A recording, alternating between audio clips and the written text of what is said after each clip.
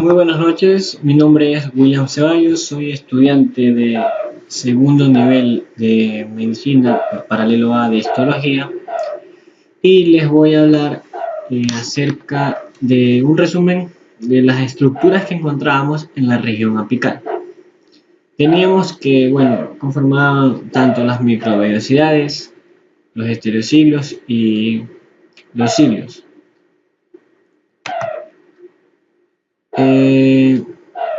Las microvellosidades tienen una trayectoria de movimiento pasivo debido a la contracción del velo terminal. En cuanto a su ubicación, están presentes en muchas células epiteliales y aumentan la superficie de absorción de estas células.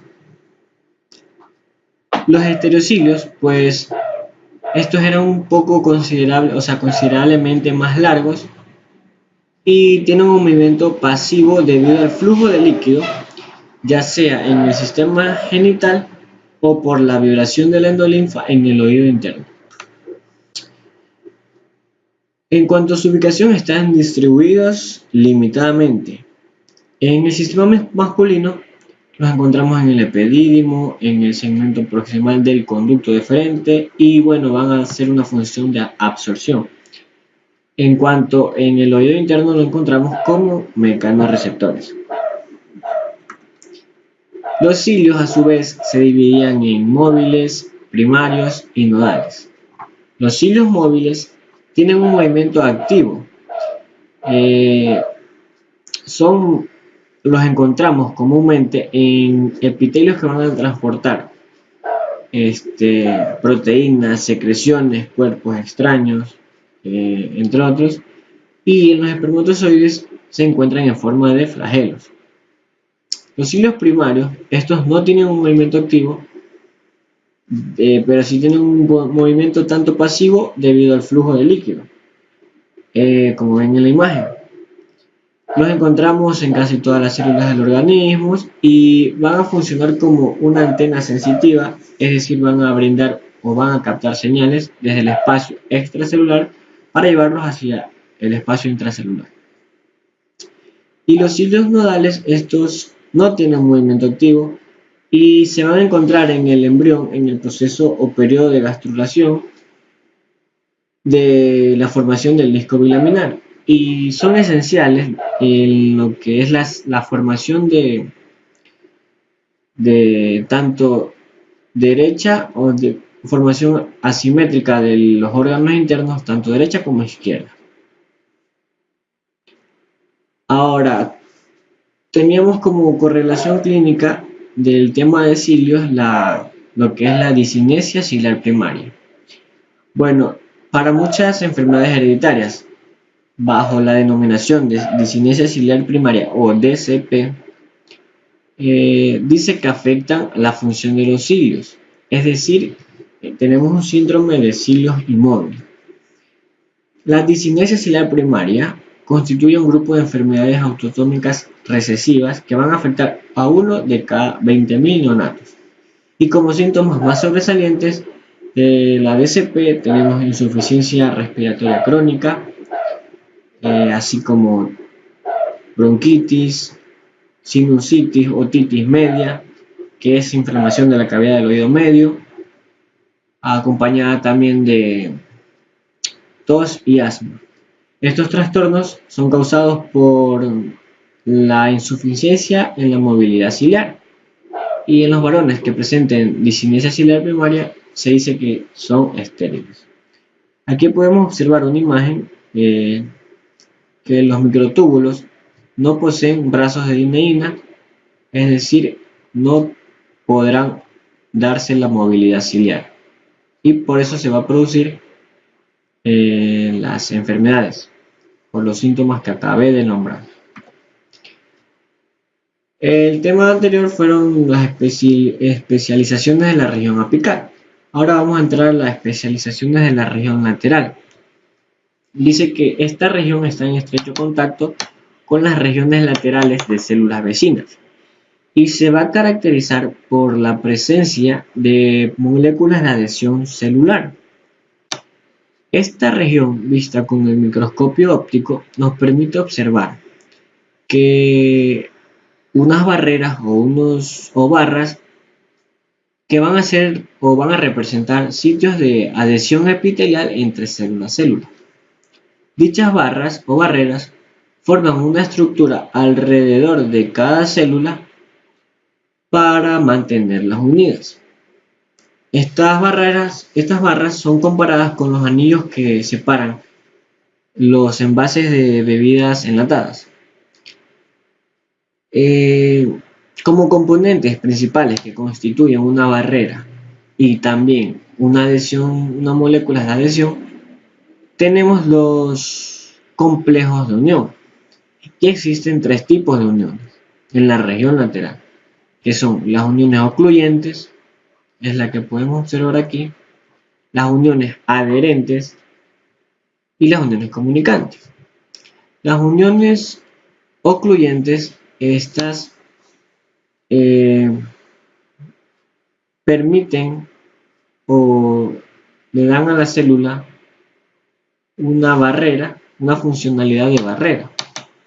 Las uniones adherentes, en cambio, le dan estabilidad mecánica a las células epiteliales, manteniéndolos unidos al citoesqueleto de células adyacentes. Mientras que las uniones comunicantes permiten el paso o la difusión de pequeñas moléculas como son iones, aminoácidos, nucleótidos, entre otros. Vamos a hablar de cada una de estas uniones. En específico, primero tenemos las uniones ocluyentes.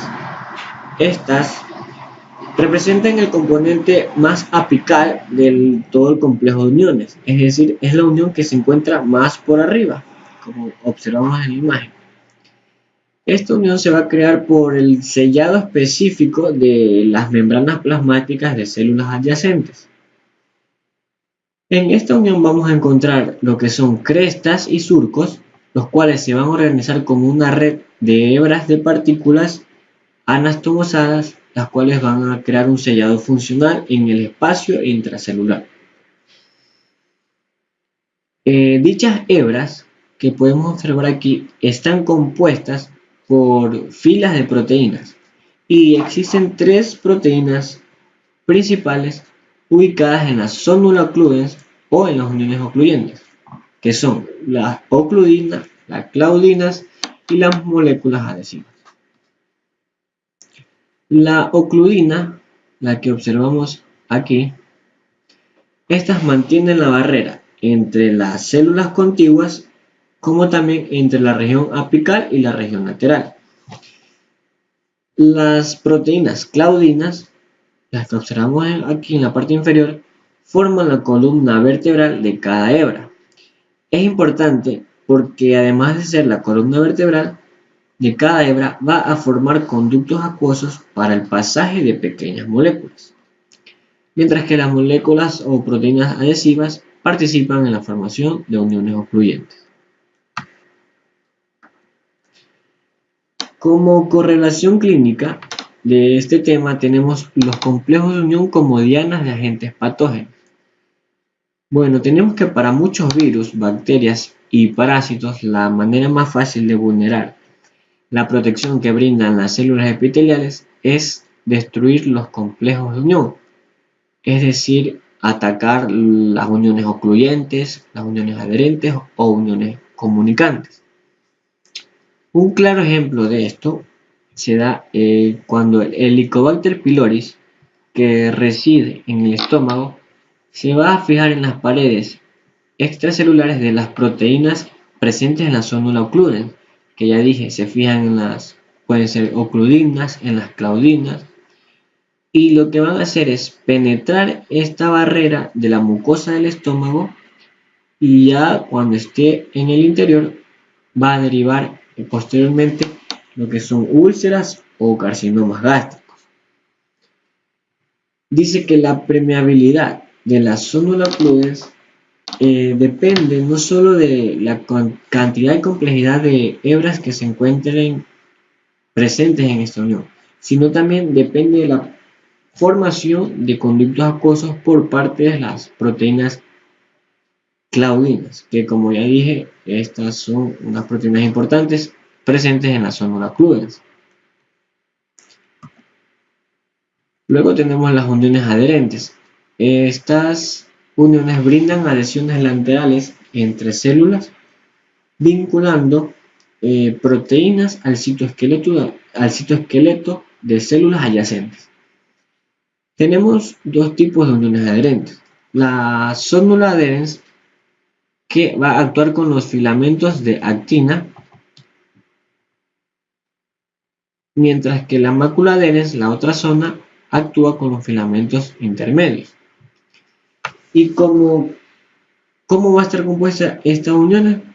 Por proteínas, por 4 grandes grupos de proteínas, que son las caderinas, las integrinas, selectinas y las superfamilias de las inmunoglobulinas. Y eso es en cuanto a las dos uniones, y más adelante hablaremos de las uniones comunicantes y de la región basal de las células epiteliales. Gracias.